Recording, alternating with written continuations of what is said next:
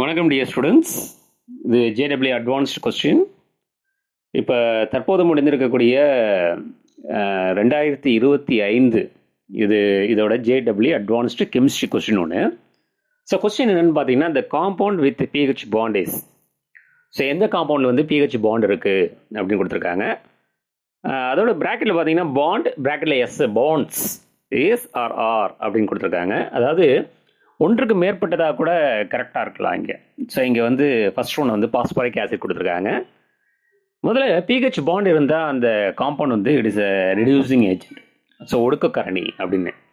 So phosphoric ஆசிடோட ஸ்ட்ரக்சர்ஸில் பாருங்கள், அந்த கீழே கொடுத்துருக்க பாருங்கள், ஸ்ட்ரக்சர்ஸில் 3 OH பாண்ட் இருக்குது, மேலே டபுள் பாண்ட் ஓ இருக்குது பாஸ்பரஸை சுற்றி.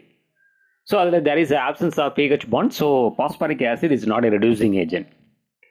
So next one is phosphorous acid. So phosphorous ஆசிடோட ஸ்ட்ரக்சர் பாருங்கள், கீழே கொடுத்துருக்கோம். அதில் ஒரு பிஹெச் பாண்ட் இருக்குது, அப்படி இஸ் ரெடியூசிங் ஏஜென்ட். சரிங்களா? அப்போ பிஹெச் பாண்ட் இருந்தால் that compound is called as a reducing agent. சரிங்களா? இப்போ செகண்ட் ஆப்ஷன் சொல்லலாம். இங்கே தேர்ட் ஆப்ஷன் பைரோபாஸ்பாரிக் ஆசிட் அப்படிங்கிறதுல பார்த்தீங்கன்னா இட்ஸ் டெட்ராபேசிக் ஆசிட். ஸோ அங்கே பிஹெச் பாண்ட் இல்லை, OH OH OH OH 4 OH bond. இப்போ 4 H ப்ளஸ் 4 ப்ரோட்டான்ஸை கொடுக்கலாம். அப்போ இட்ஸ் டெட்ராபேசிக் ஆசிட். சரிங்களா? ஃபர்ஸ்ட் ஒன்று பாஸ்பாரிக் ஆசிட் வந்து ட்ரைபேசிக் ஆசிட், பாஸ்பரஸ் ஆசிட் வந்து டைபேசிக் ஆசிட். சரி. ஸோ ஹைப்போபாஸ்பரஸ் ஆசிட் வந்து monobasic acid with 2 pH bonds. அப்போ it is also reducing agent.